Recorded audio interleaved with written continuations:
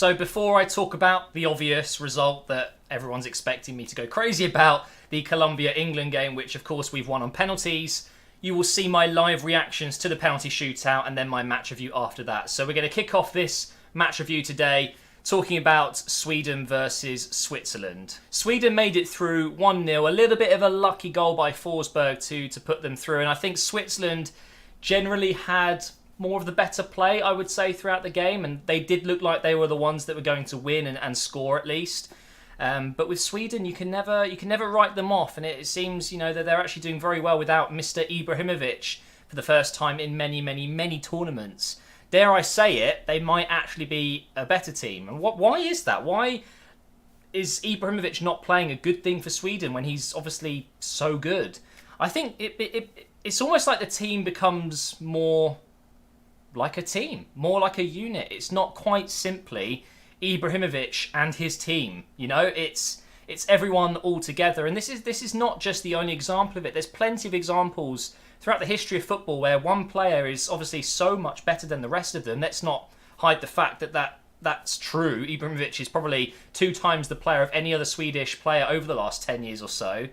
Maybe not literally, but you get what I mean. In terms of just, he's up there, top 10 players of all time, some people say, which I don't think I agree with. But you end up building your team around said player, and your tactics revolve around said player. And I think that with him not in the side, Sweden almost become a bit of a tighter unit, and they look very impressive. And of course, that is the team we'll be playing in the quarterfinals. England will be playing Sweden on Saturday. Typical, right? I'm English. My fiancée is Swedish, Ellen, and she's actually in Sweden for the game. So I'm not even going to be able to watch it with her and fight her, which is a bit of a shame. But I'll be definitely watching that one with a keen eye. I actually think Sweden are going to give us a very tough game, just like Colombia did. So well done to Sweden. We'll be seeing you on Saturday. But now, of course, let's talk about the Colombia-England game. Before we do, here's the live reactions of the penalty shootout. Enjoy. Prediction? Well, you know what I want? Yeah, but what's your actual prediction? I don't know.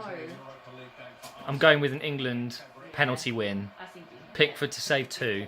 We need Ospina to be terrible. Just for the next 5-10 minutes, be terrible, and then go back to being brilliant. Okay, so it's Falcao to take first. I'm legit shitting myself right now. Down the middle, good pen. You got to give it to him. Harry Kane, okay. If anyone's going to score a pen, it's Harry. But he's scored so many at the World Cup already. He's bound to miss one, right? Shit, man. Please score this. Oh, Jesus. What a penalty, man. This Harry Kane, dude, I swear. He's going to miss. He's going to miss. Oh, man. He can't say anything but wow, that is something else. Right into the corner. Rashford, Jesus. What was I doing when I was his age? Watching football. He's there, about to take a penalty. Oh, that was something else. These penalties have been unreal so far. Be positive, be positive. This is going in. Please, please, please, Hendo, don't miss this. You've been brilliant so far this World Cup.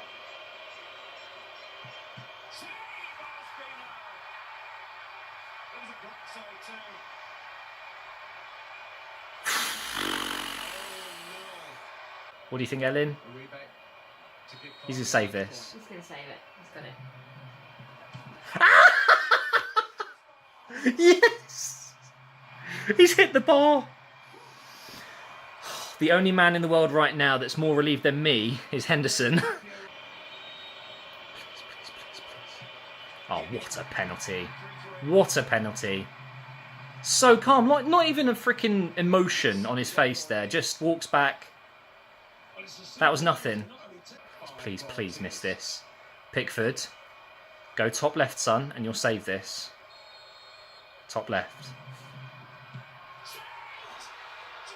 Come on! Come on!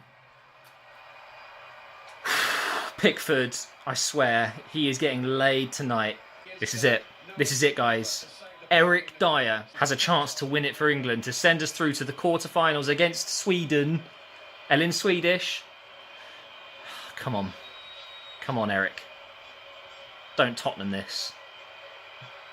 Yes! Come on! Get in! We've won a knockout game! Yes! Oh, Jesus Christ. Football, you just do my head in sometimes. Okay, on to the match review then. I'm still just completely speechless. It's unbelievable how much I hate penalties. I cannot describe to you how nervous and how much I was shitting myself when those penalties started being taken. Trying to hold my phone straight and not shake was really difficult. Boy, that is one way of winning a game. Wouldn't wish that upon anyone. It's just horrendous watching your team play penalties. What did I think of the game? Where do I start? Okay, so Colombia, I think they were getting quite a lot of flack for being very aggressive and, you know, doing some pretty nasty things. But I actually think England were doing it too. So I don't really want to talk about that too much. Ultimately, when you're playing in a game that's this important for your country, you're going to be putting your bodies on the line. You're going to be sliding into tackles that maybe you wouldn't normally slide into. And you're going to be doing things that are aggressive, I guess out of character sometimes. And I saw it multiple times with the Colombian side and the England side. The one thing I do think that was completely ridiculous and unfair towards England was the headbutt.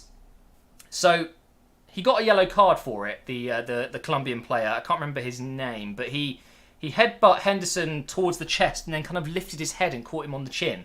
And that's apparently why it was a yellow. This is something that was shown to the VAR assistant referees, you know, the people that operate VAR and decide what's what. The referee should have had a look on the screen because he would have given a red card, I'm pretty sure. So this is where I think there needs to be an improvement in the system. If the VAR team decide that the referee hasn't seen it and needs to see it, then they should be saying to him, it looks like a yellow in our opinion, but please do go and check it on the screen because ultimately it's still the referee's decision. And I'm pretty sure that because of how crazy the game was at this point and how many fights there were going on the pitch, he just wanted to squash it. Yellow card, whatever, carry on, which is the wrong way to do it. It would have taken 30 more seconds, maybe a minute, jog over to the screen and see that it was indeed a red card. And that would have changed the game completely. I'm not saying we would have won. In fact, it might have made it more difficult for us because they would have sat back and who knows, it may have still gone to penalties. But that doesn't make it right, what happened there. It was a red card. And for me, something like a headbutt, it's either a headbutt or it's not. I'm seeing people saying that it's a yellow card if you headbutt someone in the chest, but no.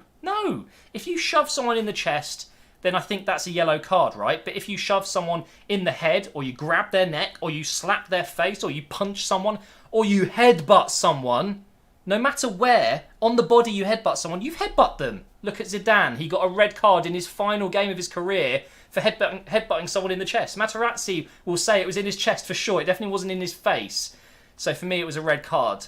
Other than that, I thought the referee actually did very well tonight with a very rowdy set of players. A lot of passion and a lot of heat to deal with. Literally heat as well. It was a very hot night apparently. So I'm so happy we're through. I don't think I need to say anything else. I think I said most of what I was feeling during that little live clip there of me reacting to the penalties. I think I'm going to lose my voice a little bit tonight as well. I'm totally just over the moon we've made it through. The first knockout game we've won in so long, and we're going into the quarterfinals, and we've got, I want to say, an easy opposition in Sweden, but you just never know. It's certainly a draw that we would have taken if you asked us, do you want to go into the quarterfinals and play Sweden? We would have bitten your hand off. Of course we do. Could have been so much harder for us. It could have been Germany. You know, you never know. So, really pleased. Really relieved. It was a very difficult watch. I didn't enjoy that game whatsoever, but the World Cup continues to be just amazing. And do you know what? If we got knocked out tonight, I would have been upset about it, but I can enjoy the World Cup as a neutral, which is what I'm so good at doing, seeing as Arsenal never make it into the latter stages of the Champions League, for example. So it's going to be interesting to see how far we can really go. Is it coming home? No, I don't think so. Not just yet. We will soon see. But thank you for watching. Make sure you leave a like. Make sure you subscribe. And I will see you next time.